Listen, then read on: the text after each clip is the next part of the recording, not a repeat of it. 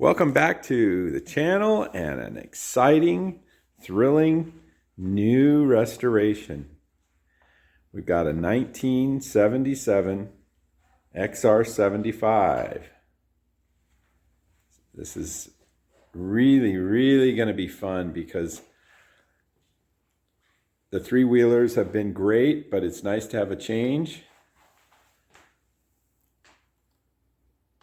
There's a lot to do to this bike, but then again, there's not that much to do. It's, as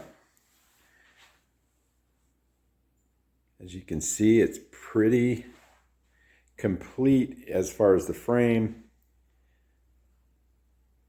motor, and so forth. But obviously, we're not going to be able to use this exhaust. I believe I'm going to be able to use the rear and front rims. I know the hubs are good and the brakes, all that stuff should be good.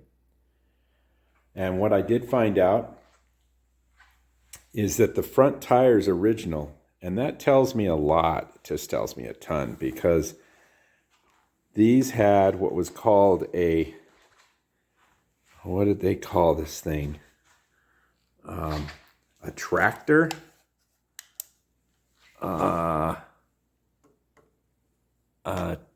A tractor grip, and that's what it came with from the factory. So you can see the amount of wear that this bike's had since it was new, which was many years ago. So that's really a great sign. It just it gives me a ballpark figure of what the motor's like inside as far as wear. The motor is going to need to be gone through. It's frozen, and I'm not exactly sure why, but we'll figure all that out. So there we have it, the XR75. Let's get right to it. So we begin by tearing it down. So far what I've got off are the pegs, and of course all the bolts were mismatched and they're broke off. Typical. Got the air box off, got the carburetor off. I use these handy dandy plastic boxes that I got from a friend in Texas. So the air box, skid plate, everything in here. So we'll separate the just parts that need to be cleaned up from the nuts and bolts that need to be replated, and set aside the chrome pieces. There's not many chrome pieces, but there are some, and it's going to run me an arm and a leg. And the list is starting. Parts that need to be ordered. The motor's out, the rear swing arm's off. So the next thing is to get this front end pulled apart. And the amount of parts are growing that we need for this one. Here's the motor. Now the big question is, and I've answered that question, at least I think I have, is this painted? And this is obviously painted, but is this painted or is it just natural finish? So I'm going to find that out right now. So we're completely broken down, and what I found is that the races are all in really good shape, as I kind of thought they would be, given that this bike had the original front tire on it. So I'm going to clean these up a little bit better and then put them away until we're actually ready to restore all of this stuff back to its original. Now the engine's here on my stand, and I've got a little drip pan with a sacrificial t-shirt so it can just leak oil anywhere it wants to. And I've got the cover off, and I'm just looking at everything. So I'm going to just start tearing it down. So the head's off. And as you can see, it's a little dirty in there. There's some scuffing, like something happened before. I'm gonna have to check that out. Some gouging. That can be problematic. So I'm gonna get back on that. And the piston, you know, is just rusted to all get out. And the head, rusty inside. Can't really see it. But that too, we're gonna check everything out carefully. Side cover's off, and we'll continue to pull this down, tear it apart. But it does look, I know you can see in there, the gears look really, really good. Now I loosened this bolt.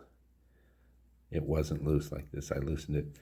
So I'm real happy with the gears. Now I'm going to check real carefully the clutch basket. It looks to me like there's like nowhere.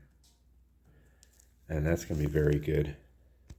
A lot has happened since the actual motor teardown. So what I've done is, as you can see here, I disassembled the front, the hub, all the spokes. Now they do sell these new, but they're also $2 and some odd cents each. And this is a really good use for the plating setup I have, because I'm going to make these look great. And they're the originals, so the originals are always better. It's always better to have an original. The rim is in great shape. I did toy with the idea of keeping the original front tire, even though it's really cracked, but that's the original front tire, so I'm still kind of tossing that around. But with the engine and everything completely tore down, I have sent off the head and I've sent off the piston and cylinder.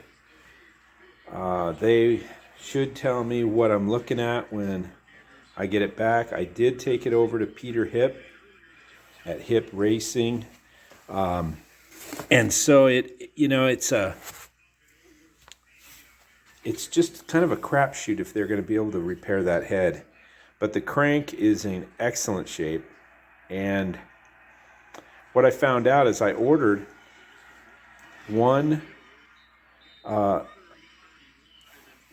I ordered the whole setup. I found a beautiful flywheel and stator on eBay for a reasonable price, and that is coming. So that was one of the biggest concerns I had, because this is just not usable. And the flywheel, all the advance weights were all bent. So I'm happy about that. I looked through all my spokes and I don't have any spokes that fit this. It's so small. So other than the rear wheel, I'm completely torn down. And now is probably as good a time as any to end this first segment of the video and get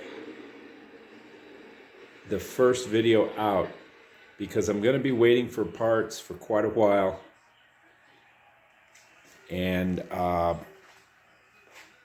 going to be ordering just, numerous things, the paint. And in the meantime, I just, grab what I can, work on what I can, and restore what I can while I'm waiting for parts. So this is the best time to just say goodbye. We will see you on the second part of the 77 XR75. See you on the next video.